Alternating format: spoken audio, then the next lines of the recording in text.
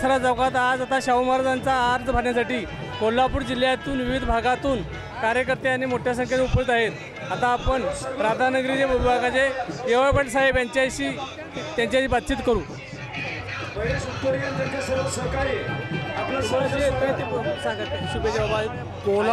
कोल्हापूर जिल्ह्यामध्ये दोन्ही मतदारसंघामध्ये अतिशय चांगल्या पद्धतीचं वातावरण महाविकास आघाडीचं झालं आहे आणि निश्चितपणानं आम्हाला आता खात्री झाली आहे की या कोल्हापूर जिल्ह्यातल्या दोन्ही उमेदवार हातकणंगले मतदारसंघातला आहे आणि विशेषतः कोल्हापूर मतदारसंघातले छत्रपती शाहू महाराज चांगल्या मताच्या मताधिकारी निवडून येतील अशा पद्धतीची आम्हाला खात्री झालेली आहे।